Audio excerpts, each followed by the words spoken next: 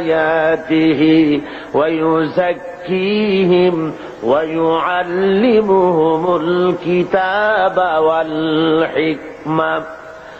আল্লাহ রাব্বুল আলামিন বলেন, তিনি সেই আল্লাহ যিনি উম্মীদের ভিতরে তার নবীকে রাসূলকে প্রেরণ করেছেন, মুহাম্মদ সাল্লাল্লাহু আলাইহি ওয়াসাল্লামকে প্রেরণ করেছেন, যিনি তাদেরকে আল্লাহর কিতাব পড়ে শোনাবেন এবং তাদেরকে হিকমত বিজ্ঞান শিক্ষা দিবেন আর তাদের মন মগজকে পরিশুদ্ধ করবেন। এই জন্য আল্লাহ রাব্বুল আলামিন তাকে দুনিয়ায় পাঠিয়েছেন। তার দায়িত্ব ছিল আল্লাহর কিতাব পড়ে শোনাবে। হুজুর সাল্লাল্লাহু আলাইহি ওয়াসাল্লাম তো পড়তে জানতেন না। কোরআন শরীফ যখন নাজিল হতো, হুজুর সাল্লাল্লাহু আলাইহি ওয়াসাল্লাম মুখস্থ করার জন্য খুব তাড়াহুড়ো করতেন, জিহ্বা খুব বারবার নাড়াচাড়া করতেন, যাতে করে কোনো আয়াত বাদ না পড়ে যায়। আল্লাহ রাব্বুল আলামিন হুজুরের এই তাকলিফ দেখে আল্লাহ ঘোষণা করলেন, লা তুহাররিক বিহি লিসানাকা লিতাআজালা বিহি। ও নবী, কোরআন শরীফ মুখস্থ করার জন্য এত তাড়াহুড়া করার কোনো প্রয়োজন আপনার নাই, জিহ্বাকে এত নাড়াচাড়া করার কোনো দরকার নাই। জিবরাইল যখন আপনার প্রতি কোরআন অবতীর্ণ করেন, আপনি আমার জিবরাইলের সাথে একবার মাত্র পড়ে নেবেন, আপনার সিনার ভিতরে গোটা কোরআন শরীফ মুখস্থ করায় দেওয়ার মালিক আমি আল্লাহ। আমি মুখস্থ করায় দেব, শুধু মুখস্থই করাবো না, আমি আপনাকে পড়ার ক্ষমতা দিয়ে দেব। আপনি তেলাওয়াত করতে পারবেন, আপনি তেলাওয়াত করে মানুষকে বুঝাতে পারবেন, সে ক্ষমতাও আমি আপনাকে দান করে দিব। এ হলো এক জায়গা। 2 নম্বরে আর এক জায়গায় আল্লাহ রসুলকে বলছেন, মুনাফিক এবং দুর্বল চিত্ত লোক যারা, তাদের এই অনুভূতি দেওয়ার জন্য যে মুহাম্মদ সাল্লাল্লাহু আলাইহি ওয়াসাল্লামকে আমি তোমাদের মধ্যে পাঠিয়ে দিয়ে তোমাদের প্রতি আমি বিরাট এহসান করেছি, আমি তোমাদের জন্য বিরাট এহসান করেছি যে নবী তোমাদের মধ্যে আমি পাঠিয়েছি। কোরআনে কারীম বলতেছেন এই কথাটি এভাবে, ওয়ালাম লাকাদ মান্নাল্লাহু আলাল মুমিনিনা ইয বা'আসা ফীহিম রাসূলাম মিন আনফুসিহিম ইয়াতলু আলাইহিম আয়াতিহি ويزكيهم ويعلمهم الكتاب والحكمة। আমি আল্লাহ রাব্বুল আলামিন মুমিনদের উপরে যথার্থ অনুগ্রহ করেছেন। আল্লাহ মুমিনদের প্রতি যথার্থ অনুগ্রহ করেছেন যে তিনি মুমিনদের ভেতরেই আল্লাহ রাব্বুল আলামিন মানুষের মধ্য থেকে একজন পয়গম্বর পাঠিয়েছেন এবং তাকে দিয়ে কিতাব শিক্ষা দিয়েছেন, তাদের ব্রেনকে, তাদের মন মগজকে পরিশুদ্ধ করেছেন এবং তাদেরকে কিতাব এবং হিকমত শিক্ষা দিয়েছেন। তৃতীয় আরেকটি জায়গায় আল্লাহ বলেন, কামা আরসালনা ফীকুম রাসূলাম মিনকুম ইয়াতলু আলাইকুম আয়াতিনা ويزكيهم ويعلمكم ما لم تكونوا تعلمون। নবীকে পাঠিয়েছি তোমাদের জন্য এই জন্য যে তিনি তোমাদের কিতাব শিখাবেন, তিনি তোমাদের হিকমত দিবেন, তিনি তোমাদের বিজ্ঞান চর্চা করাবেন, তিনি তোমাদেরকে মগজ, তোমাদের ব্রেন পরিশুদ্ধ করবেন এবং তোমাদেরকে সেই কথা জানাবেন যে কথা তোমরা জানো না। অর্থাৎ তোমাদের কাছে সেই জ্ঞান নাই যেই জ্ঞান দিয়ে এই পৃথিবীর বুকে তোমরা শান্তি লাভ করতে পারবে এই ইহকালীন জীবনে এবং পারকালীন জীবনে, ব্যক্তিতে, পরিবারে ও সমাজে কোথাও তোমরা তোমাদের জীবনের পূর্ণাঙ্গ শান্তি পেতে পারবে না যতক্ষণ পর্যন্ত মুহাম্মদ রাসূলুল্লাহ সাল্লাল্লাহু আলাইহি ওয়াসাল্লামের অনুকরণ তোমরা না করো। ভাইরা আমার, সরওয়ারে কায়নাত সাল্লাল্লাহু আলাইহি ওয়াসাল্লাম তিনি তার নিজের জীবনকে মানুষের সামনে তুলে ধরেছিলেন। তার চরিত্র ছিল কোরআনের চরিত্র। মুহাম্মদ সাল্লাল্লাহু আলাইহি ওয়াসাল্লামের চরিত্র কিসের চরিত্র ছিল বলুন? হযরতে আয়েশা সিদ্দিকা রাদিয়াল্লাহু তাআলা আনহার খেদমতে কিছু বহিরাগত সাহাবী এসে জিজ্ঞেস করেছিলেন, মা আয়েশা, আপনি আমাদেরকে বলেন হুজুর সাল্লাল্লাহু আলাইহি ওয়াসাল্লামের চরিত্র কেমন, তার আখলাক সম্পর্কে আমারে কিছু শোনান। হযরত আয়েশা বলেন, ওগো সাহাবীরা, তোমরা কি কোরআন শরীফ পড়ো নাই? ওনারা বললেন, হ্যাঁ কোরআন পড়েছি। হযরত আয়েশা বলেন, মুসলমানেরা, তোমরা যদি কোরআন শরীফ পড়ে থাকো, কোরআন যদি তোমরা পড়তে জেনে থাকো, তাহলে রাসূলের চরিত্র জানার জন্য আমার কাছে কেন এলে? যেটা কোরআন শরীফ তার বাস্তব নমুনা যদি দেখতে চাও, তাহলে আল্লাহর নবী মুহাম্মদ রাসূলুল্লাহর দিকে তাকায়া দেখো। জোরে বলেন সুবহানাল্লাহ। তার মানে হলো যেটা কোরআন শরীফ সেইটাই মুহাম্মদ সাল্লাল্লাহু আলাইহি ওয়াসাল্লাম। কোরআন শরীফ নড়তে পারে না, কোরআন শরীফ হাঁটতে পারে না, কোরআন শরীফ কথা বলতে পারে না, কোরআন শরীফ কাগজের মধ্যে লিপিবদ্ধ একটি কিতাব। কেউ যদি আসল কোরআন দেখতে চায়, কেউ যদি চলমান কোরআন দেখতে চায়, তাহলে সে যেন মুহাম্মদ সাল্লাল্লাহু আলাইহি ওয়াসাল্লামকে দেখে নেয়। আল্লাহর নবীর 23 বছরের জিন্দেগি হলো কোরআনের জিন্দেগি। জোরে বলেন সুবহানাল্লাহ। 30 পারা কোরআন আর নবীর 23 বছরের নবুয়তের জীবন। হুজুর সাল্লাল্লাহু আলাইহি ওয়াসাল্লাম, আল্লাহ রাব্বুল আলামিন তার প্রসঙ্গ উল্লেখ করতে গিয়ে আল্লাহ বলেছেন যে তিনি শুধুমাত্র একজন নবী ছিলেন না, সাথে সাথে নবুয়তের দায়িত্ব তিনি পালন করেছেন। এবং তিনি হারাম এবং হালালের বিধান শুধু কোরআন শরীফেই করা হয়নি, মুহাম্মদ সাল্লাল্লাহু আলাইহি ওয়াসাল্লামকেও পাওয়ার দেওয়া হয়েছে হালাল এবং হারামের বিধান তিনিও নির্ধারণ করার ক্ষমতা আল্লাহ তাকেও দিয়েছেন। কোরআন শরীফ বলতেছে, ইয়ামুরুহুম বিল মারুফি ওয়া ইয়ানহাহুম আনিল মুনকার ওয়া ইউহিল্লু লাহুমুত তাইয়্যিবাতি ওয়া ইউহাররিমু আলাইহিমুল খাবাইস। আল্লাহ রাব্বুল আলামিন বলেন, তিনি মানুষকে ভালো কাজের জন্য আদেশ দেন আর মন্দ কাজ থেকে ফিরায় রাখেন, আর হালাল এবং হারাম জিনিসগুলি তিনি বেছে দেন, নির্ধারণ করে দেন।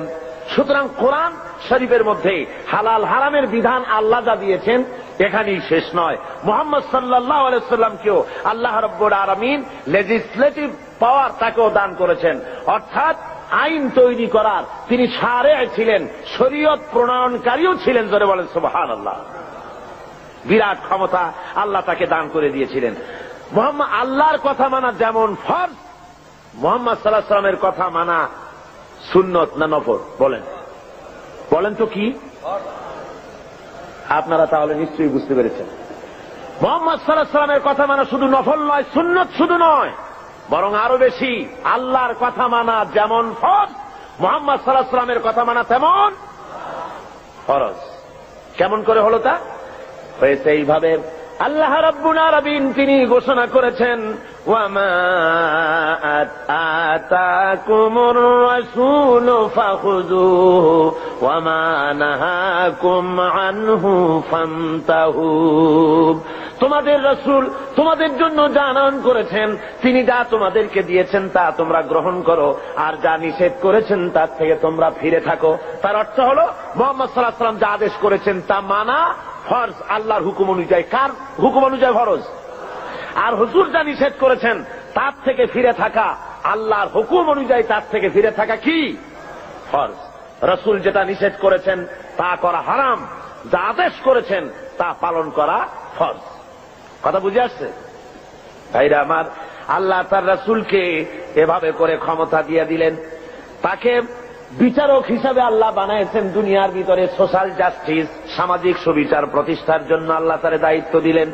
আল্লাহ বলছেন, ইন্না আনজালনা ইলাইকাল কিতাবা বিল হাক্কি লিতাহকুমা বাইনান নাসি বিমা আরাকাল্লাহ। হে নবী, আমি সত্য সহকারে আপনাকে পাঠিয়েছি। আপনি আপনার উপরে যে কিতাব অবতীর্ণ করেছি সেই কিতাব দিয়ে আপনি মানুষের উপরে বিচার ফয়সালা করবেন, আর মানুষের সামনে আপনি আমার কোরআন দিয়ে বিচার ফয়সালা করবেন, যেটা আমি আপনার প্রতি অবতীর্ণ করেছি। আল্লাহর আইন দিয়ে মানুষের উপরে শান্তি প্রতিষ্ঠা কিভাবে হতে পারবে সেটা আপনি আমার কোরআন দিয়ে মানুষের সামনে সেট করবেন। সুতরাং মুহাম্মদ সাল্লাল্লাহু আলাইহি ওয়াসাল্লাম যে ফয়সালা দিয়েছেন, যে আইন দিয়েছেন মানুষের চলার ব্যাপারে, অর্থনীতি, সমাজনীতি, রাজনীতি, এমন কোন ব্যাপার নাই যে ব্যাপারে হুজুর কথা বলেননি। হুজুরের ফয়সালা যদি কেউ না মানে, মুসলমান দাবি করার পর যে ব্যক্তি পড়ল লা ইলাহা ইল্লাল্লাহ, লা ইলাহা ইল্লাল্লাহ, লা ইলাহা ইল্লাল্লাহু মুহাম্মাদুর রাসূলুল্লাহ, তার দায়িত্ব হলো, মুমিনের দায়িত্ব হলো রাসূলের হুকুম শুনলো আর সাথে সাথে মাথা পেতে দেবে। কোরআন শরীফ বলছে, إنما كان قول المؤمنين إذا دعوا إلى الله ورسوله ليحكم بينهم أن يقولوا سمعنا وأطعنا। মুমিনদেরকে যখন আল্লাহ এবং তার রাসূলের দিকে ডাকা হয়, আল্লাহ এবং রাসূলের পক্ষ থেকে কোনো অর্ডার দেওয়া হয়, তখন মুমিন যারা তারা আল্লাহর মীমাংসা এবং তার রাসূলের দেওয়া ফয়সালা মেনে নেবে, আর শোনার সাথে সাথে বলবে সামি'না ওয়া আতা'না, শুনলাম এবং আনুগত্যের মস্তককে অবনত করে দিলাম। এটা হলো মুমিনের কাজ। আর মুনাফিক কি করে? আল্লাহ বলেন, শোনো, মুনাফিক কারা? যারা নাকি আল্লাহর কলেমার দাবি করে, মুসলমানের দাবি করে, ইসলামের দাবি করে, অথচ ইসলাম পালন করে চলে না, আল্লাহ এবং আল্লাহ রাসূলের হুকুম মানতে রাজি নয়। এদেরকে কি বলা হয়? মুনাফিক। যাদের মুখের কথার কাজের মিল নাই, তাদেরকে কি বলা হয়? এই মুনাফিকদের আচরণ সম্পর্কে আল্লাহ বলেন, وَإِذَا قِيلَ لَهُمْ تَعَالَوْا إِلَى مَا أَنزَلَ اللَّهُ وَإِلَى الرَّسُولِ رَأَيْتَ الْمُنَافِقِينَ يَصُدُّونَ عَنكَ صُدُودًا। আল্লাহ রাব্বুল আলামিন বলেন, যখন এই লোকদেরকে ডাকা হয় আল্লাহ এবং আল্লাহ রাসূলের দিকে, তখন যারা মুনাফিক তাদেরকে তুমি দেখতে পাবে তারা আস্তে করে কেটে পড়বে। মুনাফিকরা কেটে পড়ে। তারা বলে আর শুনতে, তারা যখনই আল্লাহ এবং আল্লাহ রাসূলের হুকুম শোনে তখন তারা বলে যে ধর্ম হলো এটা ব্যক্তিগত ব্যাপার, এটা আমার ইচ্ছা মানি বা ইচ্ছা হয় না মানি, তা নিয়ে এত বাড়াবাড়ি করার কি দরকার। ওরা বলে যে কোরআন শরীফে আছে লা ইকরাহা ফিদ্দীন, ধর্মের ব্যাপারে বাড়াবাড়ি নাই, সুতরাং তোমার কাজ তুমি করো, আমার কাজ আমি করি। এই কথা তারা নিজেরা বলতে থাকে। আসলে যখন একটি মানুষ কলেমা পড়ে মুসলমান হয়, তখন তার অধিকার নাই যে তার ইচ্ছে মতো ব্যক্তিগতভাবে ধর্ম পালন করবে আর বলবে এটা আমার ইচ্ছার উপরে নির্ভর করে, এমন কথা কেউ বলতে পারবে না। প্রত্যেকটি মুসলমানকে মুহাম্মদ সাল্লাল্লাহু আলাইহি ওয়াসাল্লাম যে কথা বলেছেন, আল্লাহ এবং তার রাসূলের কথার সামনে মাথা নত করে দিতেই হবে। একজন সাহাবী আর একজন ইহুদি রাসূল পাক সাল্লাল্লাহু আলাইহি ওয়াসাল্লামের কাছে এসেছিলেন। এসে ওই ইহুদি মুসলমানের বিরুদ্ধে নালিশ করেছে আল্লাহর নবীর দরবারে। নবীজি সব শুনে ফয়সালা দিলেন ইহুদির সপক্ষে। মুসলমান ব্যক্তি অসন্তুষ্ট হয়ে চলে গেলেন হযরত ওমরের কাছে, গিয়ে বললেন, ভাই ওমর, আমি আপনার কাছে এসেছি একটা বিচারের সানি করার জন্য। তো বলে, প্রথমে কার কাছে গিয়েছিলে? গিয়েছিলাম মুহাম্মদ সাল্লাল্লাহু আলাইহি ওয়াসাল্লামের কাছে। ইহুদির সাথে আমার সাথে একটা ব্যাপার নিয়ে ঝগড়া হয়েছে, কিন্তু মুহাম্মদ সাল্লাল্লাহু আলাইহি ওয়াসাল্লাম সেটা শুনিয়া রায় দিলেন ইহুদির পক্ষে, অথচ আমি মুসলমান, আমি নামাজ পড়ি, আমি চাঁদা দেই, আমি জিহাদে যাই, অথচ আমার পক্ষে রায় দেওয়া হলো না। বলুন তো দেখি কেমন কথা। আল্লাহ আপনাকে বড় রাজনৈতিক জ্ঞান দান করেছেন, আপনি আমার এই ফয়সালাটা করে দেন। হযরত ওমর বললেন, আল্লাহর বান্দা, অপেক্ষা করো, আমি তোমার ফয়সালা করে দিতেছি। বাড়ির মধ্যে ঢুকলেন, একটা তরবারি নিয়ে এলেন। তরবারিটা খাপ থেকে বের করে হযরত ওমর বললেন, আল্লাহর বান্দা শোনো, যে ব্যক্তি মুহাম্মদ সাল্লাল্লাহু আলাইহি ওয়াসাল্লাম ফয়সালা করে দেওয়ার পর নিজেকে মুসলমান দাবি করে আর তারপরে সেই ফয়সালা মেনে নিতে পারে না, দ্বিধা দ্বন্দ্বে ভোগে অথবা তার সানি করতে আসে, ওই লোকের ফয়সালা এইরকম করে দিতে হয়। তরবারি দিয়ে আঘাত করলেন, লোকটা দুই টুকরা হয়ে জমিনের উপরে পড়ে গেল। সারা এলাকায় খবর হলো হযরত ওমর মুসলমান হত্যা করেছেন। ভাইরা আমার, আল্লাহ রাব্বুল আলামিন বলে দিলেন, কোরআনে কারীমের আয়াত নাযিল হয়ে গেল, ফালা ওয়া রাব্বিকা লা ইউমিনুনা হাত্তা ইউহাক্কিমুকা ফীমা শাজারা বাইনাহুম সুম্মা লা ইয়াজিদু ফী আনফুসিহিম হারাজাম মিম্মা কাযাইত ওয়া ইউসাল্লিমু তাসলিমা। হে নবী, আপনার আল্লাহর কসম, আপনার রবের কসম, সে ব্যক্তি মুমিন নয়, সে ব্যক্তি মুমিন নয় যে ব্যক্তি আপনি ফয়সালা দেওয়ার পর, আপনি সিদ্ধান্ত দেওয়ার পর ওই সিদ্ধান্ত মেনে নিতে এতটুকুন দ্বিধা দ্বন্দ্বে ভোগে, মানতে পারে না, সন্দেহ পোষণ করে, আপনার আল্লাহর কসম সে ব্যক্তি মুমিন না। আল্লাহ রাব্বুল আলামিন জানিয়ে দিলেন, নবী গো আপনি বলে দেন হযরত ওমর কোন মুসলমান হত্যা করেনি, হযরত ওমর যাকে হত্যা করেছে সে হলো মুনাফিক। আল্লাহ সেই বিচারে খুশি হয়ে গেছেন। কলেমা পড়ার পর, মুসলমান দাবি করার পর আল্লাহর দেওয়া অর্থনীতি, সমাজনীতি, রাজনীতি যারা মানতে রাজি না, ওদেরকে এই জমিনে বসবাস করার কোন অধিকার আল্লাহ দিতে চান না। অর্থাৎ মুনাফিক হওয়া চলবে না।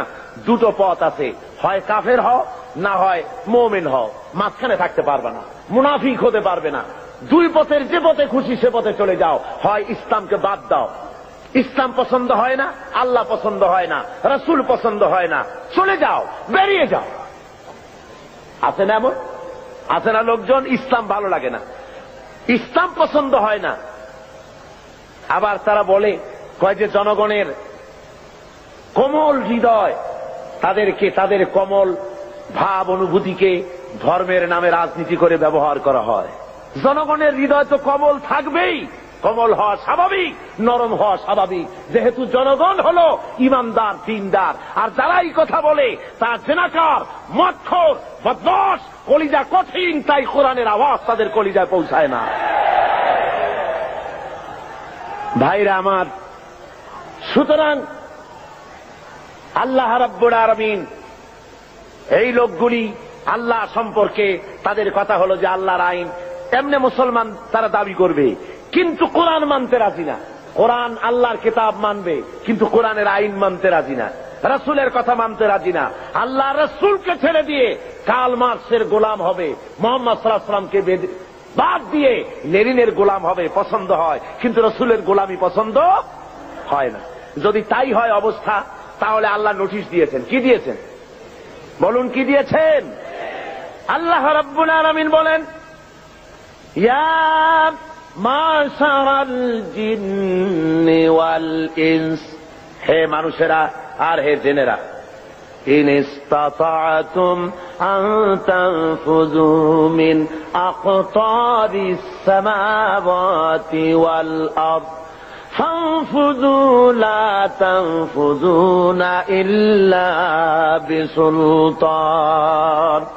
আমার ইসলাম যদি ভালো না লাগে, আমার কোরআন যদি পছন্দ না হয়, আমার নবী যদি ভালো না লাগে, বেরিয়ে যা আমার আকাশের নিচের থেকে, আমার জমিনের উপর থেকে বেরিয়ে যা, চলে যা।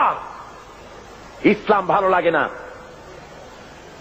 রাসূল ভালো লাগে না, কোরআন ভালো লাগে না, বেরিয়ে যা।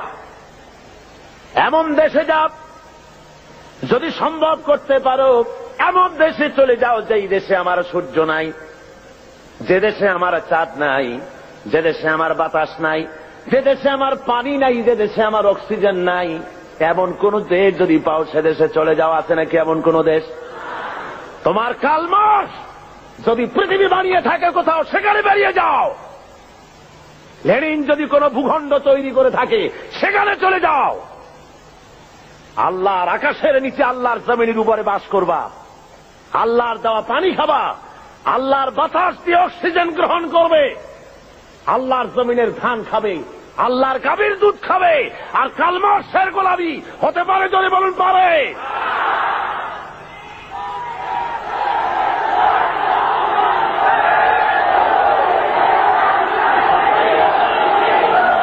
ভাইরে আমার,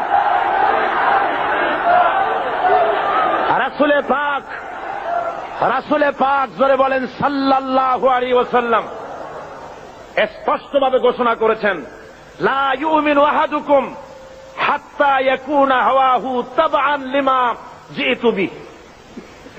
আল্লাহর কসম, তোমাদের মধ্যে কেউ ঈমানদার হতে পারবে না। কে বলতেছেন? আল্লাহ রাসূল বলছেন, তোমাদের ভিতরে কেউ ঈমানদার হতে পারবে না ততক্ষণ পর্যন্ত, যতক্ষণ পর্যন্ত তারা নিজেদের প্রবৃত্তি কর্তৃক পরিচালিত হতে থাকবে এবং আমি যে জিনিস নিয়ে এসেছি তার অনুসরণকারী না হবে, ততক্ষণ পর্যন্ত মুমিন হতে পারবে না। আমি যা এনেছি আল্লাহর কাছে থেকে সেটা অনুসরণ করা লাগবে।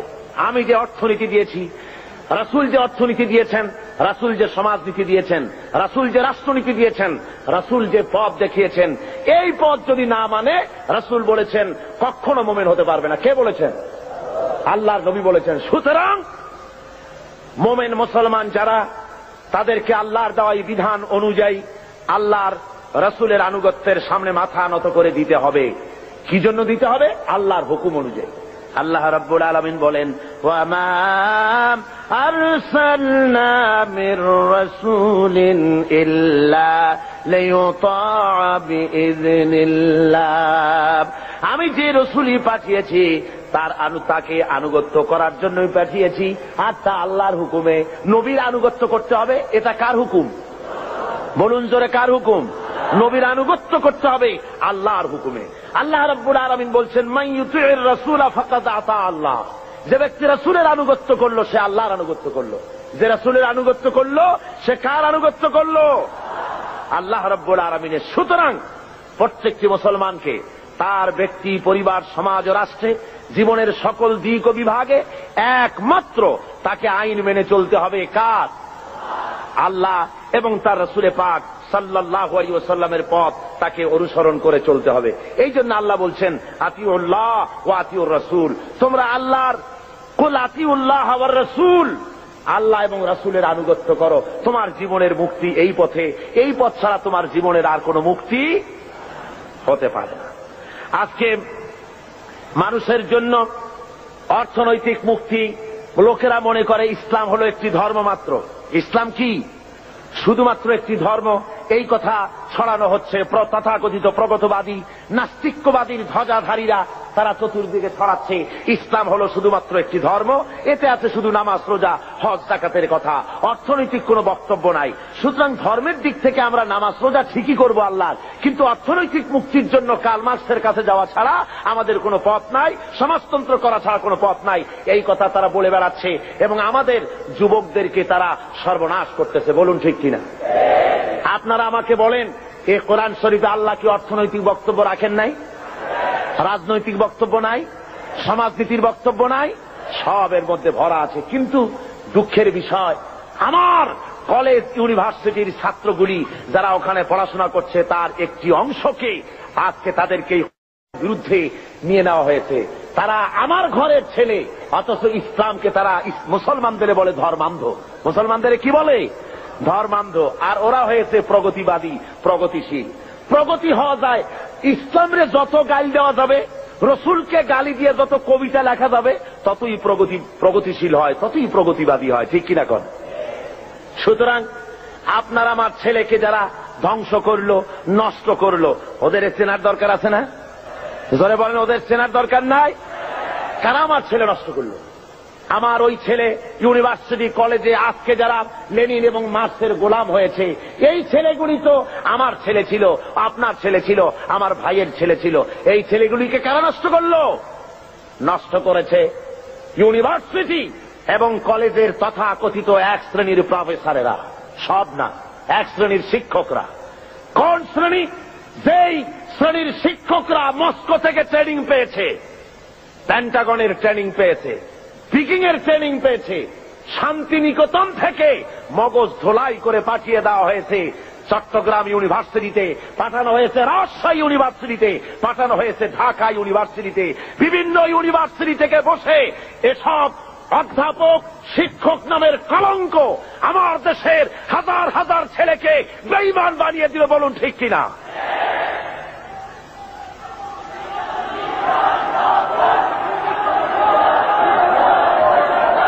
ভাইয়ের আমার, আজকে আমাদেরকে বুঝতে হবে, ওই ইউনিভার্সিটিগুলিতে যদি কোরআনে কারীম পড়ানো হতো, যদি রাসূলের হাদিস পড়ানো হতো, রাসূলের অর্থনীতি যদি পড়ানো হতো, ছেলেগুলি খারাপ হতো না, সব মুহাম্মদ সাল্লাল্লাহু আলাইহি ওয়াসাল্লামের অনুসারী হয়ে যেত। ঠিক কিনা বলেন? আল্লাহ রাব্বুল আলামিন কোরআনে কারীমের মধ্যে অর্থনীতি দিয়ে ভরপুর করে দিয়েছেন। সমস্ত কথা বলেছেন, শ্রমিকের ব্যাপারে কথা বলেছেন, কৃষকদের ব্যাপারে কথা বলেছেন। পুঁজিবাদকে ইসলাম আশ্রয় দেয়নি, বরং অর্থনৈতিক একটি সামাজিক সুবিচার, একটি সুষম বন্টন নীতির কথা আল্লাহ রাব্বুল আলামিন বলেছেন। এই পৃথিবীর সমস্ত সম্পদের আসল মালিক কে? জোরে বলুন কে? লিল্লাহি মা ফিস সামাওয়াতি ওয়া মা ফিল আরদ। পড়েন সবাই আমার সাথে, লিল্লাহি মা ফিস সামাওয়াতি ওয়া মা ফিল আরদ। আসমান আর জমিনের সবকিছুর একচ্ছত্র মালিকানা হলো আল্লাহর। কিন্তু আল্লাহ রব্বুল আলামিন ওই মালিক আল্লাহর সম্পদ থেকে কাউকে কাউকে এর মালিক এর কিছু সময়ের জন্য রক্ষক বানায় দেন, কিছু সময়ের জন্য আমানতদার বানায় দেন। যার কাছে যতটুকু জমি আছে, টাকা আছে, সম্পদ আছে, এগুলি তার কাছে আমানত মাত্র। আল্লাহ কোরআনে কারীমের মধ্যে বলেন, ওয়ানফিকু মিম্মা জাআলাকুম মুস্তাখলাফিনা ফি। আল্লাহ যে সব ধন সম্পদ তোমাদেরকে দান করেছেন, এর প্রতিনিধি বানাইছেন, তোমরা তার থেকে আল্লাহর রাস্তায় খরচ করো। এর দ্বারা বোঝানো হচ্ছে ধন সম্পদের আসল মালিক আল্লাহ, তোমার কাছে কিছুদিনের জন্য আমানত রাখা হয়েছে। আর ওই ধনীদেরকে বলা হয়েছে, ওয়াল্লাযীনা ফি আমওয়ালিহিম হাক্কুম মা'লুমুন লিস-সাইলি ওয়াল মাহরুম। ধনীদের সম্পদের মধ্যে গরিবদের অধিকার আছে। আল্লাহ রাব্বুল আলামিন বলছেন ধনীদেরকে যে গরিবরা তোমার করুণার পাত্র নয়, বরং তাদের তোমাদের সম্পদে আছে তাদের অধিকার, সে অধিকার তোমরা আদায় করে দাও। এবারে আল্লাহ রাব্বুল আলামিন এভাবে করে কোরআনের মধ্যে বারবার এই কথা বলেছেন, ওয়ানফিকু মিম্মা রাযাকনাকুম, আমি তোমাদেরকে যে রিজিক দান করেছি তার থেকে তোমরা খরচ করো গরিব জনসাধারণের জন্য। প্রশ্ন উঠলো, হে রাসূল কি খরচ করব? আল্লাহ জবাবটা শিখাই দিলেন, ওয়ায়াসআলুনাকা মাযা ইউনফিকুনা কুলিল আফওয়া। আল্লাহ রাব্বুল আলামিন বলেন, নবী হে, আপনাকে প্রশ্ন করা হয় কি খরচ করব, আপনি বলে দেন প্রয়োজনের অতিরিক্ত জিনিস আল্লাহর রাস্তায় খরচ করে দাও, যেটা তোমার কাজে লাগছে না, তোমার ব্যক্তিগত এবং তোমার পরিবারের জন্য রেখে বাকি জিনিসটা তুমি আল্লাহর রাস্তায় মানুষের জন্য, গরিবদের জন্য খরচ করে দাও। তিরমিজি শরীফের হাদিসের মধ্যে এসেছে, আল্লাহ রাসূল বলেছেন, মানুষের প্রত্যেকটি আদম সন্তানের খাওয়া পড়া, শিক্ষা, চিকিৎসা, বাসস্থান, এই জিনিসগুলির গ্যারান্টি আল্লাহ রাব্বুল আলামিন দিয়ে থাকেন, ইসলামী সরকার দিয়ে থাকে। ইসলাম অর্থনৈতিক নিরাপত্তার জন্য যেসব ব্যবস্থা গ্রহণ করেছে, তার সবচাইতে বড় কথা হলো সমাজের কর্মক্ষম ব্যক্তি যারা কাজ করতে পারে না তাদের রুজির জন্য তারা পরিশ্রম করবে, যারা কাজ করতে পারে তারা পরিশ্রম করবে। এটা হলো ইসলামের কথা।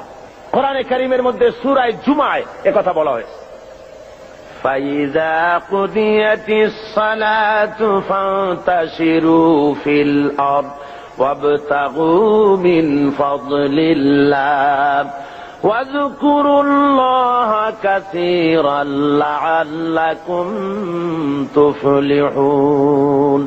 আল্লাহ রাব্বুল আলামিন বলেন, নামাজ পড়া যখন হয়ে গেল, ফাইযা কুদিয়াতিস সালাত ফান্তাশিরু ফিল আরদ, নামাজ পড়া যখন হয়ে গেছে এখন আর ঘুমায় থেকো না, বেরিয়ে যাও, কলে কারখানায়, খেতে খামারে, অফিসে আদালতে কাজ করো। জোরে বলেন সুবহানাল্লাহ।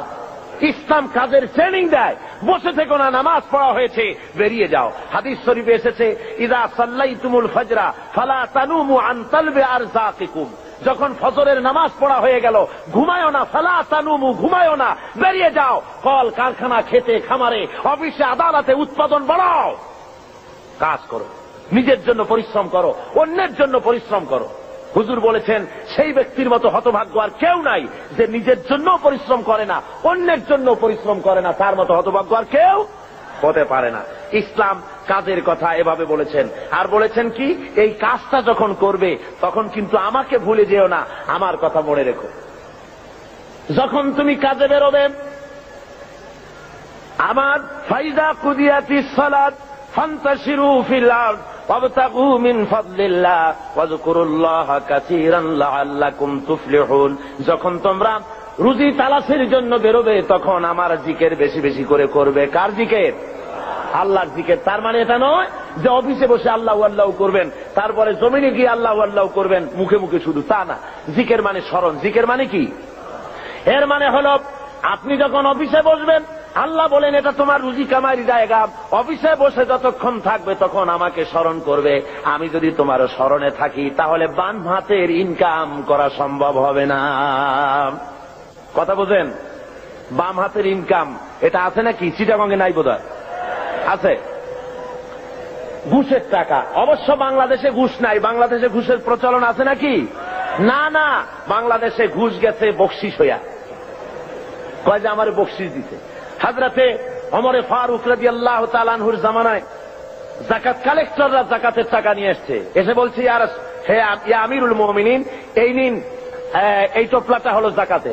আচ্ছা ওইটা কি? ওই যে ছোট টোপলাটা? ওইটা হলো আমার হাদিয়া, লোকেরা আমাকে দিয়েছে। হযরত ওমর বলছেন ওটাও জমা দাও। এটা তো আমাদের লোকেরা হাদিয়া দিয়েছে। যাও না, জমা দাও। এরপরে আমি তোমার চাকরি বাদ দিয়ে দিলাম, এখন যাও দেখি তোমার কেটে হাদিয়া দেয়। তার মানে ওইটা দিয়েছে তোমার চাকরির জন্য। সুতরাং ঘুষ খাওয়া হলো হারাম। ঘুষ খাওয়া কি? হারাম। আল্লাহ রাব্বুল আলামিন বলেন, যখন তুমি কলকারখানায়, খেতে খামারে, অফিসে যখন বসবে, আমার জিকির বেশি করে করবে, আমাকে স্মরণে রাখবে, তাহলে কোন ক্রমে তুমি ঘুষ তোমার বাম হাতের ইনকাম করতে পারবে না। আমার ভয় অন্তঃকরণে তোমার আসবে। এখন যে গভর্নমেন্ট ক্ষমতায় আছেন, এই গভর্নমেন্ট প্রথমে যখন ক্ষমতায় আসেন, এসেই তারা আসবার আগেই ঘোষণা করেছিলেন যে দুর্নীতির বিরুদ্ধে আমরা জিহাদ ঘোষণা করেছি, দুর্নীতির বিরুদ্ধে। এই ঘোষণার পর তারা ক্ষমতায় এলেন। এর কদিন পরেই আমার মাহফিল ছিল বাইতুল মোকাররমে। তো ঘোষক সেখানে উপস্থিত, বোঝেন তো কে? তো আমি সেখানে বললাম মোনাজাতের মধ্যে যে আল্লাহ, যারা আজকে দুর্নীতির বিরুদ্ধে জিহাদ ঘোষণা করে ময়দানে এলেন, এরাই যেন কিয়ামতের দিন দুর্নীতির দায়ে আসামি হয়ে তোমার কাঠগড়ায় না দাঁড়ায়। আবার আজকে দেখা গেল সমাজের অবস্থা, যারা দুর্নীতির বিরুদ্ধে জিহাদ ঘোষণা করে এলেন, দুর্নীতি মনে হয় কোন সমাজের এমন কোন একটি রন্ধ্র নাই যেখানে দুর্নীতি আজ না ঢুকেছে। কি কোন ঠিক কিনা? সমাজের পরতে পরতে, সর্বস্তরে, রন্ধ্রে রন্ধ্রে ঘুষ, অনাচার, ব্যভিচার ঢুকে গিয়েছে। এই জন্য আল্লাহ বলছেন, আমি যদি স্মরণে থাকি তাহলে এই অন্যায় অবিচার করা তোমার পক্ষে সম্ভব হবে না। আল্লাহ রাব্বুল আলামিন এরপরে যারা কাজ করতে পারেন তাদের কি, যারা কাজ করতে পারে না, উপার্জনে অক্ষম যারা, তাদের জন্য আল্লাহ রাব্বুল আলামিনের রাসূল পাক সাল্লাল্লাহু আলাইহি ওয়াসাল্লাম বলেছেন যে যারা কাজ করতে পারে, তারা কর্ম কাজে যারা শক্তি নাই, তাদের প্রয়োজন তারা মিটিয়ে দেবে। ওয়ায়াকফুলু গানিয়ুহুম ফাকিরাহুম, তাদের সমাজের ধনীরা তারা গরিবদের খাবারের বন্দোবস্ত করবে, তাদের অভাব অভিযোগ প্রয়োজনকে মিটিয়ে দেবে। আল্লাহ রাব্বুল আলামিনের নবী বলেন, সেই ব্যক্তি মুমিন নয়, সেই ব্যক্তি মুমিন নয়। তিনবার বললেন। সাহাবায়ে কেরাম জিজ্ঞেস করলেন, ইয়া রাসূলুল্লাহ, কোন ব্যক্তি মুমিন নয়? হুজুর বলেন, যে ব্যক্তি পেট পুরে আহার করার পর ঘুমায় গেল, এই কথা জানার পরে যে তার প্রতিবেশী না খেয়ে আছে, এই কথা জানার পরে যে ঘুমায় গেল। আল্লাহ নবী বলেন, সে যত নামাজি আর যাই কিছু হোক না কেন, আল্লাহর কাছে সে মুমিন বলে চিহ্নিত হতে পারবে না। এর চাইতে উন্নত মানের কথা এই পৃথিবীতে আর কেউ বলতে পেরেছে? বলুন, কি বলেন? আর কেউ বলতে পেরেছে? আর কেউ বলতে পারেনি। রাসূল পাক সাল্লাল্লাহু আলাইহি ওয়াসাল্লাম বলেছেন, আইয়ু রাজুলিন মাতা জিয়ান বাইনা আগনিয়া ফাকাদ বারিয়াত মিনহুম জিম্মাতুল্লাহি ওয়া রাসূলি। আল্লাহর নবী বলেন, কোন ধনাঢ্য এলাকার ভিতরে কোন গরিব মানুষ যদি মারা যায়, কোন মানুষ যদি না খেয়ে মারা যায় কোন ধনাঢ্য এলাকার ভিতরে, তাহলে ওই এলাকার ধনী ব্যক্তিদের সঙ্গে আল্লাহর সাথে এবং তার রাসূলের সাথে কোনো সম্পর্ক থাকবে না, সমস্ত সম্পর্ক বিচ্ছিন্ন হয়ে যাবে। জোরে বলেন নাউযুবিল্লাহ। কোন ধনীদের এলাকায় যদি গরিব না খাইয়া মরে যায়, তাহলে ওই এলাকার ধনীদের সাথে আল্লাহর কোনো সম্পর্ক বাকি থাকবে না। রাসূল পাক সাল্লাল্লাহু আলাইহি ওয়াসাল্লাম একথা স্পষ্ট করে বলেছেন। তাই তো আমরা দেখেছি মুহাম্মদ সাল্লাল্লাহু আলাইহি ওয়াসাল্লাম যখন ক্ষমতায় ছিলেন, হুজুর বলেছেন, অর্থাৎ রাষ্ট্রীয় ক্ষমতায়, হুজুর বলেছেন, খায়রুল কুরুনে কারনি, সর্বশ্রেষ্ঠ যুগ হলো আমার যুগ। জোরে কোন সুবহানাল্লাহ। মানুষ দরজা খুলে ঘুমাবার সুযোগ পেয়েছে, না খেয়ে কেউ মরে নাই। আজকে তো লোকেরা মঞ্চের উপরে দাঁড়ায়, ইলেকশন আসলে পরে কত কায়দার লম্বা জামা গায়ে দেয়, দেখেন না? খদ্দরের জামা, একেবারে আমাদের চাইতেও লম্বা জামা, দুই কোনাটা খুব বেশি করে লম্বা, কানাটা ফাড়া। এরপরে মঞ্চে এসে সুন্দর করে বলে, এবার যদি একবার যাইতে পারি ক্ষমতায়, না খাইয়া কেউ মরবে না। কিন্তু কি খাইয়া যে মরবে তাও তারা বলে না। ভাইরা আমার, মানুষেরা বুঝতে পারে না, আর এদের পেছনে দৌড়াতে থাকে। রাসূল পাক সাল্লাল্লাহু আলাইহি ওয়াসাল্লাম ইসলামী বিধানের মাধ্যমে মানুষের খাওয়া পড়ার, শিক্ষা, চিকিৎসা, বাসস্থানের গ্যারান্টি দিয়েছিলেন। রাসূল দুনিয়া থেকে বিদায় হলেন। হযরতে আবু বকর, হযরতে ওমর হযরত উসমান, হযরত আলী রিদওয়ানুল্লাহ তাআলা আলাইহিম আজমাইন দুনিয়ার বুকে শাসন করেছেন, পৃথিবীকে দেখায়েছেন রাষ্ট্র কেমনে চালায়, নিজেরা না খেয়ে জনগণকে খাবারের বন্দোবস্ত করেছেন। হযরত ওমর ফারুক রাদিয়াল্লাহু তাআলা আনহু তো রাতের আধারে ঘুরে ঘুরে বেড়াতেন, কে খেয়েছে কে না খেয়ে আছে, কার বাড়ি অসুখ কার বাড়ি ভালো, কি অবস্থা, এগুলি রাসূল পাক সাল্লাল্লাহু আলাইহি ওয়াসাল্লামের সাহাবী হযরত ওমর দেখতেন। মানুষের চাপ আর কিছু না। আমি আর ওদিকে লক্ষ্য করবেন না, এদিকে লক্ষ্য করেন। আমি তো আপনাদের নিয়ে জিহাদের ময়দানে যাব। কোথায় যাব? তো এই রকমের একটা আওয়াজ শুনে, যদি মানুষের চিল্লানি আওয়াজ শুনে যদি ওদিক ফিরে তাকান, তাহলে আপনাদের নিয়ে জিহাদের ময়দানে যাওয়া যাবে? কি বলেন? সাহসী হতে হবে, দুর্জয় সাহসী হতে হবে। এখানে আর কিচ্ছু নাই, মানুষের বসা ছাড়া আর কোনো কিছু হওয়া সম্ভব নয়, যেহেতু এটা কোরআনের মাহফিল। কিসের মাহফিল? জোরে বলেন, কিসের মাহফিল? সুতরাং লোকেরা বসতে জায়গা পাচ্ছে না বলে প্রচন্ড ভিড়ে মানুষের অসুবিধা হচ্ছে, আর কিছুই না। আপনারা লক্ষ্য করুন, হযরত ওমর ফারুক রাদিয়াল্লাহু তাআলা আনহু রাষ্ট্রপ্রধান, আর রাসূল এমন রাষ্ট্রপ্রধান বানিয়েছিলেন, একদিকে রাষ্ট্রের প্রধান আর একদিকে মসজিদের ইমাম। জোরে বলেন সুবহানাল্লাহ। রাষ্ট্রপ্রধান যিনি হবেন, সেই এলাকার সবচাইতে বড় মসজিদে ইমামতিও তাকে করতে হবে, সে যোগ্যতা থাকা লাগবে। আমাদের দেশে রাষ্ট্রপ্রধান যত আসছেন, যদি শোনা যায় যে উনি আজকে বাইতুল মোকাররমে ইমামতি করবেন, মুসল্লি পাওয়া যাবে একটাও? কি বলেন, পাওয়া যাবে নাকি? হসপিটালের রুগীরা যদি শোনে যে ডাক্তার নাই, ইঞ্জিনিয়াররা আসছে চিকিৎসা করার জন্য, রুগী থাকবে একটাও? পাও ভাঙ্গা রুগীও হসপিটালের জানালা ভাঙ্গে বাইরে পড়বে ভয়তে, যে কোন জায়গার ইঞ্জেকশন কোথায় করে তার তো ঠিক নেই। সুতরাং লোকেরা বলবে, আল্লাহ এমন প্রেসিডেন্টের পিছনে নামাজ পড়া থেকে আমাকে রক্ষা করো, আমাদের বাঁচাও। রাসূল বানিয়েছিলেন এমন, যিনি হবেন রাষ্ট্রপ্রধান, তিনি হবেন মসজিদের কি ইমাম, তিনি অর্থনীতির ইমাম, তিনি গোটা দেশের ইমাম। একদিকে ইমাম, আর একদিকে স্পিরিচুয়াল ওয়ার্ল্ড, অর্থাৎ আধ্যাত্মিক জগৎ, ইলমে মারফতের শৈল শিখরে আল্লাহ তাকে আরোহণ করিয়েছেন হযরত ওমর। হযরত আলী রাদিয়াল্লাহু তাআলা আনহু, হযরত ওমর ফারুক রাদিয়াল্লাহু তাআলা আনহুর জামানায় খেলাফতের আমলে তিনি স্বপ্নে দেখছেন যেন মুহাম্মদ সাল্লাল্লাহু আলাইহি ওয়াসাল্লামের পেছনে তিনি ফজরের নামাজ আদায় করছেন মসজিদে নববীতে। নামাজ শেষ হয়ে যাওয়ার পর হযরতে আলী রাদিয়াল্লাহু তাআলা আনহু তিনি দেখলেন যে মসজিদের দরজা থেকে একজন বুড়ি প্রবেশ করল একটা পাত্র নিয়ে। রাসূলের কাছে এসে বলছেন, ইয়া রাসূলুল্লাহ, এই পাত্র ভরা খোরমা আমার বাগানের, আপনি খান, সাহাবায়ে কেরামদের মধ্যে ভাগ করে দেন। রাসূল জিজ্ঞেস করলেন, পাত্রটা নিয়ে, মিয়া তোমার নাম কি? বলছে, আমার নাম জুবায়ের। নাও 5টা, তোমার নাম? আমার নাম সাঈদ। নাও 7টা, তোমার নাম? জাবের। নাও 3টা, তোমার নাম? আমার নাম আবু সাঈদ খুদরি। নাও 6টা। এভাবে ভাগ করতেছেন। দিতে দিতে সর্বশেষ হযরতে আলী, হুজুর বলছেন তুমি কে? হযরত আলী বলেন, হুজুর আমি তো আলী। নাও 1টা। হযরত আলী হুজুরের কাছের থেকে খোরমা নিয়ে নিজের মুখের মধ্যে দিয়ে চিবোচ্ছেন। হযরত আলী স্বপ্নের ভিতরে রাসূলের দেওয়া খুরমার দানা মুখের ভিতরে দিয়ে চিবোচ্ছেন। এমন সময় কানের মধ্যে আজানের আওয়াজ চলে গেল, ফজরের আজানের, আসসালাতু খায়রুম মিনান নাওম। হযরত আলীর ঘুম ভেঙে গেল। তিনি ঘুমের থেকে জেগেছেন ঠিকই, কিন্তু মুখের ভিতরে রাসূলের দেওয়া খুরমার স্বাদ তার মুখের মধ্যে তখনও বিরাজমান। আল্লাহর নবীর জান্নাতি সুগ্রাণ তখনও হযরত আলীর ঘরের মধ্যে তখনও রয়েছে। হযরত আলী উযু করে মসজিদে নববীর ভিতরে চলে গেলেন, যায় দেখেন হযরত ওমর ইমামতি করতেছেন। নামাজ শেষে ওমর যখন পিছনে ফিরেছেন, হযরত আলী দেখেন মসজিদের ভিতরে একজন লোক ঢুকল।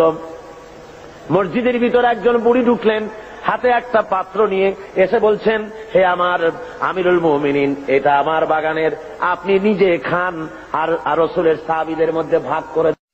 হযরত ওমর ফারুক রাদিয়াল্লাহু তাআলা আনহু খোরমার পাত্র হাতে নিয়ে বলছেন, তোমার নাম কি? কয় অমুক না ওই কয়টা।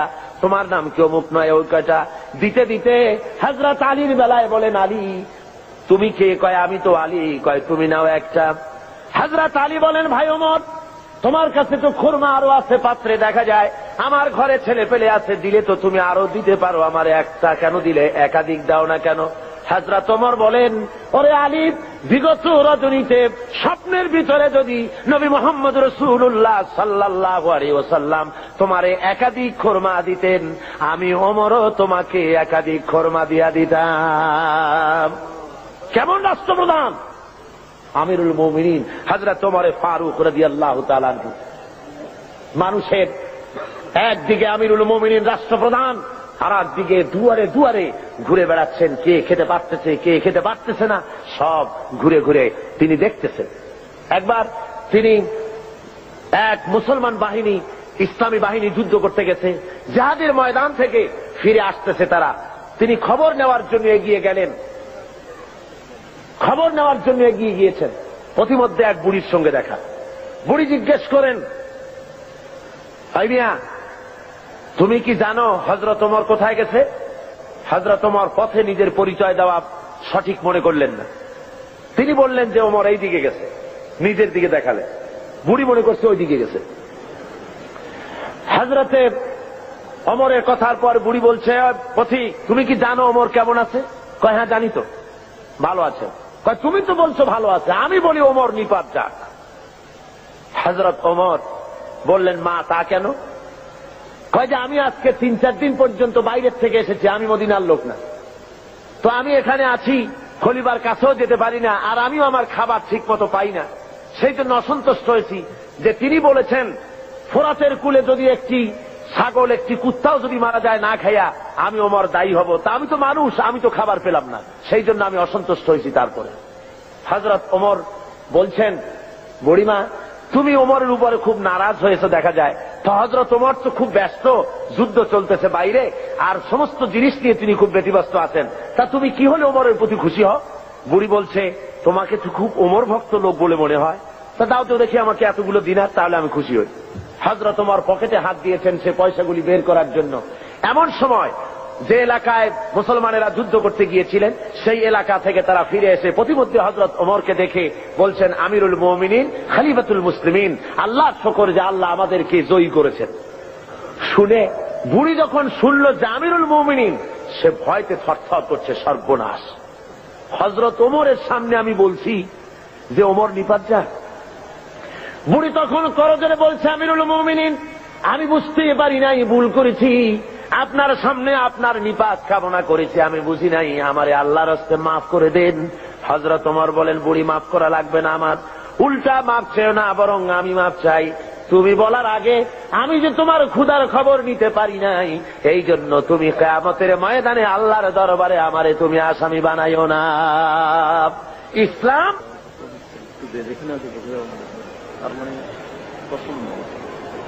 বন্ধুগণ, মানুষের প্রচন্ড ভিড়ে মানুষ মারা যাওয়ার উপক্রম হচ্ছে কোন কোন আশেপাশে। তো আমি যদি আপনাদের বলি একটু চাপতে, আপনারা কি পারবেন? আমিও জানি আপনারা পারবেন, কিন্তু দাঁড়াবেন না, কেউ দাঁড়াবেন না, দাঁড়াবার কোনো পারমিশন নাই, বেয়াদবি করবেন না। বসা অবস্থায় একটু এগোন তো, বসা অবস্থায় চতুর্দিক থেকে কেউ কোনো মুসলমান দাঁড়াবে না। বসা অবস্থায় একটু চেপে আসেন আর একটু মহব্বতের সাথে জিকির করেন, লা ইলাহা ইল্লাল্লাহ, খুব জোরে করেন, লা ইলাহা ইল্লাল্লাহ,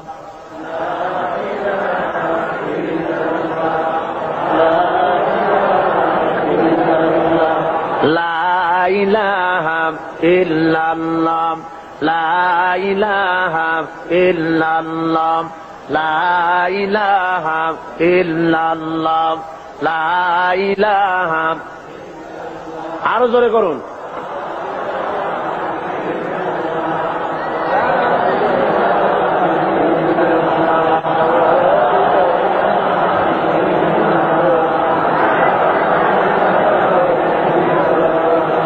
লা ইলাহা ইল্লাল্লাহ, লা ইলাহা,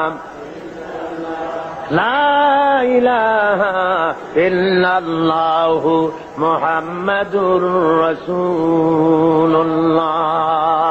ভাইরা আমার, ইসলাম যাকাতের মাধ্যমে এবং পারস্পরিক দানের মাধ্যমে মানুষের দরিদ্রতা দূর করার ব্যবস্থা করেছে। হযরত ওমর ইবনে আব্দুল আজিজ রাহমাতুল্লাহ আলাইহির যুগে বাজারে বাজারে শহরাত করা হতো, যাকাত কে নেবে, যাকাত কে নেবে, একটা লোক যাকাত নেব আমি, এইরকম লোক পাওয়া যায় নাই। জোরে কোন সুবহানাল্লাহ। লোক পাওয়া যায়নি। হযরত ওমর ইবনে আব্দুল আজিজ রাহমাতুল্লাহ আলাইহির জামানায় একটা লোক অনেকগুলি যাকাতের সদকার টাকা নিয়ে ঘুরতেছেন, কারে দেবে গরিব তালাশ করতেছে। তালাশ করতে করতে 3 দিন হয়ে গেছে, পায়নি। শেষ পর্যন্ত মরুদ্যানের ভেতরে বসে ঝিমোচ্ছে। এমন সময় দেখে যে আর একটা লোক সেখানে আসছে, গায়ের জামা কাপড় ময়লা, বিরাট একটা গাচ্ছি। তারে বলছে, আসসালামু আলাইকুম ভাই, আল্লাহ মেহেরবানি আপনারে পাইয়া গেছি। আমি আজকে 3 দিন পর্যন্ত সদকার টাকা নিয়ে ঘুরতেছি, কারে দেবো কোনো লোক পাই না। আপনার মতো একটা গরিব লোক পাইয়া গেছি, আপনি দয়া করে আমার টাকাগুলি নিয়ে আমারে বাঁচান। ওই লোকটা বলছে, মিয়া তোমার মাথায় স্ক্রু ঢিলা টিলা নাকি? তুমি কি মনে করছো আমার ওই টোপলার মধ্যে ছেঁড়া খাতা? আমার টোপলার তোমার ওর মধ্যে কয় টাকা? কয় যে এত। তা আমারটা গুনিয়ে দেখো, তোমারটা চাইতে অনেক বেশি। তুমি ঘুরছো 3 দিন, আমি ঘুরেছি 1 সপ্তাহ। পুরা এলাকায় সদকার টাকা নিতে পারে এমন গরিব খুঁজা পাইলাম না। জোরে বলেন সুবহানাল্লাহ, জোরে বলেন সুবহানাল্লাহ। এটা কিসের বরকতে হয়েছে? ইসলামের বরকতে। জোরে বলেন কিসের বরকতে? ইসলামের বরকতে। আল্লাহ রাব্বুল আলামিনের হাবিব বলেন, তুখাযু মিন আগনিয়াইহিম ওয়া তুরাদ্দু আলা ফুকারাইহিম। ধনীদের কাছ থেকে যাকাত নাও আর গরিবদের কাছে দিয়ে দাও। যদি যাকাত দিতে কেউ অস্বীকার করে, তাহলে হাফেজ ইবনে হাজার আসকালানী রাহমাতুল্লাহ আলাইহি তিনি বুখারীর শারহ ফাথুল বারীর মধ্যে তিনি লিখেছেন, ফামানিম তানিয়া উখিযাত বিহি উখিযাত মিনহু কাহরান। অর্থাৎ যদি কেউ যাকাত দিতে গভর্নমেন্টের হাতে অস্বীকার করে, জবরদস্তি করে তার কাছ থেকে যাকাত আদায় করে নাও। যাকাত দিতেই হবে বাই হুক এন্ড ক্রুক, গভর্নমেন্টের হাতে। তাই বলে এই বর্তমান হাজী সাহেব গভর্নমেন্টের হাতে না। বর্তমান গভর্নমেন্ট আইন করেছেন, যাকাত বোর্ড গঠন করেছেন। আমি প্রেসিডেন্টের সামনে বলেছি, সেই গভর্নমেন্টের হক নাই, অধিকার নাই যাকাত আদায় করার, যে গভর্নমেন্ট নামাজ কায়েম করে না। আল্লাযীনা ইম্মাক্কান্নাহুম ফিল আরদ আকামুস সালাত ওয়া আতাউজ যাকাত ওয়া আমারু বিল মা'রুফ ওয়া নাহাউ আনিল মুনকার। আল্লাহ রাব্বুল আলামিন বলেন, আমি যদি মানুষকে, মুমিনদেরকে যদি ক্ষমতায় দেই, 4খানা কাজ করবে। কয়খানা বলুন? মুমিন ব্যক্তিদের যদি আমি ক্ষমতা দেই, 4টা কাজ করবে। প্রথম কাজ হলো, প্রথম নম্বরে নামাজ আদায় করবে, নামাজ কায়েম করবে, নামাজ প্রতিষ্ঠা করবে। অর্ডার দিয়ে দিবে নামাজ পড়তে হবে বাধ্যতামূলক। কোন অফিসার, কোন স্কুল, কোন কলেজ, কোন ইউনিভার্সিটি নামাজের অর্থে চলতে পারবে না। নামাজের সময় বন্ধ করে দিতে হবে, বা জামাত নামাজ আদায় করবে মুসলমান, তারপরে আবার কাজ শুরু করবে। অর্ডার হবে গভর্নমেন্টের পক্ষ থেকে, নামাজ পড়তেই হবে, আল্লাহর হুকুম। অনেকে বলে, কয় হুজুর শুধু তো একটু নামাজ পড়ি না, নইলে আমি লোকটা আসলে খারাপ না। দান সৎকা করি, রোটারি, লায়ন্স, অ্যাপেক্স, লিও, তারপরে ফ্রিমেসন, এই ধরনের অনেক সংগঠনের সাথে থাকে, চক্ষু শিবির করি, চোখ ভালো করে দিই, খাবার দিই, শীতবস্ত্র দেই। আমি লোক খারাপ না, শুধু যা নামাজ পড়ি না তাই বলে আমার ইমান নষ্ট হলো নাকি? আমি বলি, মিয়া ইমানই তো নাই, তার নষ্ট হবে কি? ইমান থাকার জন্য নামাজ জরুরি। যার নামাজ নাই, লা দীনা লিমান লা সালাত লাহু। যার কাছে নামাজ নাই, তার কাছে ইমান নাই। সুতরাং নামাজ হল দিনের খুঁটি, ইমাদুদ্দিন, দিনের পিলার। পিলার নাই তো আপনার ছাদ হবে কেমনে, ঘর বাড়ি হবে কেমনে? হইতে পারে? পিলার ছাড়া ঘর বাড়ি হয়? হতে পারে না। সুতরাং নামাজ প্রতিষ্ঠা যে গভর্নমেন্ট করে না, ভালো কাজের আদেশ করা এবং অন্যায়ের প্রতিরোধ যে করে না, তার সেই গভর্নমেন্টের অধিকার নাই যাকাত বোর্ড গঠন করে যাকাত আদায় করা। জোরে বলেন, অধিকার আছে? কোন অধিকার নাই। ভালো কাজের আদেশ করা তো দূরের কথা, অন্যায়ের প্রতিরোধ তো দূরের কথা।